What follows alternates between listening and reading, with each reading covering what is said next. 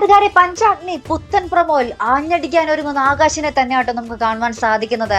ആകാശിനെ ഒരു സ്വന്തം ആ ഒരു പെണ്ണായ അഖിലയെ ദ്രോഹിച്ച ആ ഒരു സോമനാഥനിട്ട് ഒരു എട്ടിന്റെ പണി കൊടുക്കാൻ നമ്മുടെ ആകാശ് ഒരുങ്ങുകയാണ്.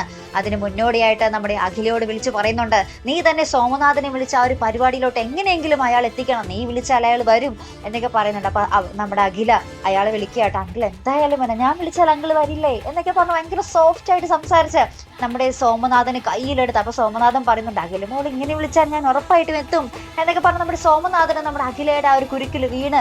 അപ്പൊ സോമനാഥൻ വാക്ക് കൊടുക്കുന്നുണ്ട്, ഞാൻ ഉറപ്പായിട്ടും പിറന്നാൾ ആഘോഷത്തിന് എത്തിയിരിക്കും എന്ന് പറയുന്നുണ്ട്. അപ്പൊ നമ്മുടെ ആകാശ് വെറുതെ വിടാനൊന്നും അല്ല, നമ്മുടെ സോമനാഥനിട്ട് രണ്ടെണ്ണം പൊട്ടിക്കാൻ തന്നെ ആയിരിക്കും അവിടെ തീരുമാനം. കാരണം കലാവതി ഇവരുടെ വീട്ടിലെ അമൃതയുടെ പിറന്നാൾ ആഘോഷം വിളിക്കാൻ വന്നപ്പോഴാണ് നമ്മുടെ സോമനാഥനിൽ നിന്നും നമ്മുടെ അഖിലയ്ക്കുണ്ടായ ആ ഒരു ദുരാനുഭവം നമ്മുടെ ആകാശ് അറിയുന്നത് കേട്ടോ.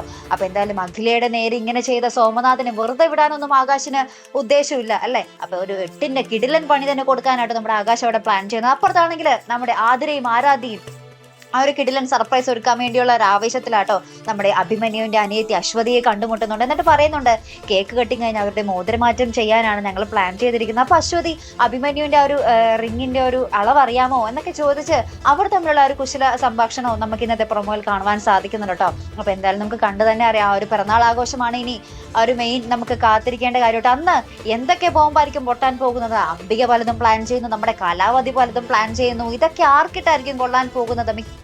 മിക്കവാറും നമ്മുടെ അഭിമന്യുവിനിട്ട് തന്നെയായിരിക്കും ഇവരുടെയൊക്കെ പണി കിട്ടാൻ പോകുന്നോട്ടോ. കാരണം നമ്മുടെ അംബികയ്ക്കും അഭിമന്യുവിനോട് ദേഷ്യമുണ്ട്, നമ്മുടെ കലാവതിക്കും അഭിമന്യുവിന് എങ്ങനെയെങ്കിലും അവിടെ നിന്നും അകറ്റണം എന്നുള്ളൊരു ലക്ഷ്യം മാത്രമാണ്. അപ്പൊ എന്തൊക്കെ ആയിരിക്കും പ്ലാൻ ചെയ്യാൻ പോകുന്നത്? അന്ന് ഭയങ്കരമായിട്ടുള്ള ഒരു സംഭവങ്ങൾ തന്നെയായിരിക്കും അവിടെ നടക്കാൻ പോകുന്നത്. അപ്പൊ നമുക്ക് കണ്ടു തന്നെ അറിയാട്ടോ. അപ്പൊ ഇതുപോലുള്ള പ്രൊമോ റിവ്യൂസിനും എപ്പിസോഡ് റിവ്യൂസിനും ഒക്കെ നിങ്ങൾ മറക്കാതെ ചാനൽ സബ്സ്ക്രൈബ് ചെയ്യുക. അടുത്തൊരു വീഡിയോയുമായി വരുന്നത് വരയ്ക്കും ഗുഡ് ബൈ.